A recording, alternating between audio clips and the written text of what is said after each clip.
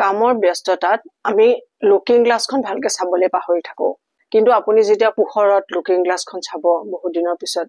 তেতিয়া বাৰু আপোনাৰ এনেকুৱা হৈছে নেকি যে মোৰ বয়স বাঢ়িছে স্কিনত ৰিংকল পৰিছে মুখত দাগ পৰিছে এনেকুৱা হ'ব পাৰে কাৰণ এইবোৰ নেচাৰেল প্ৰসেস এটো হোৱাটোৱে স্বাভাৱিক লুকিং গ্লাছখন চাই হঠাৎ যেন মন কৰিলে আপোনাৰ এজ বাঢ়ি যোৱা যেন লাগিছে মানে আপোনাৰ যি বয়স আপোনাৰ যি বায়োলজিক্যাল বয়স সেই বয়সতকৈ আপোনাক বেছি এজেড দেখাইছে আৰু ইয়াৰ সলিউশন কেনেকৈ কৰিব কেনেকৈ নিজক সুন্দৰ আৰু খুব বহুত বয়সলৈকে ধুনিয়াকৈ ৰাখিব পাৰিব মেইনটেইন কৰি ৰাখিব পাৰিব নিজকে বহুত এজলৈকে হেতু আমি আজি জানিব লাগিব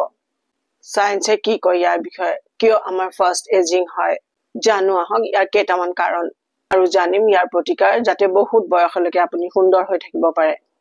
আৰু আমি শেষৰ ফালে জানিম আপুনি মুখত কি ইউজ কৰিব এতিয়া লাহে লাহে আমাৰ ওয়েদাৰ চেঞ্জ হ'বলৈ ধৰিছে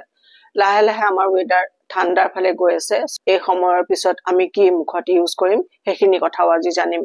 আমি যি আহাৰ খাওঁ তাৰ ভিতৰত এনেকুৱা এবিধ আহাৰ আছে যি আহাৰ খাই থকা হয় আৰু খালে কি হয় আমাৰ এজিং ফাষ্ট হৈ যায় হিয়া হৈছে চেনি এই সুগাৰ ব্লাডত আৰু প্ৰটিন আৰু ফেটৰ লগত মিক্স হয় এক প্ৰসেস স্টাৰ্ট হয় আৰু হেতু হৈছে গ্লাইকোজেন আমাৰ বয়স হৈ আহিলে সেই গ্লাইকোজেন প্ৰক্ৰিয়া আমাৰ স্কিনতো আৰম্ভ হয়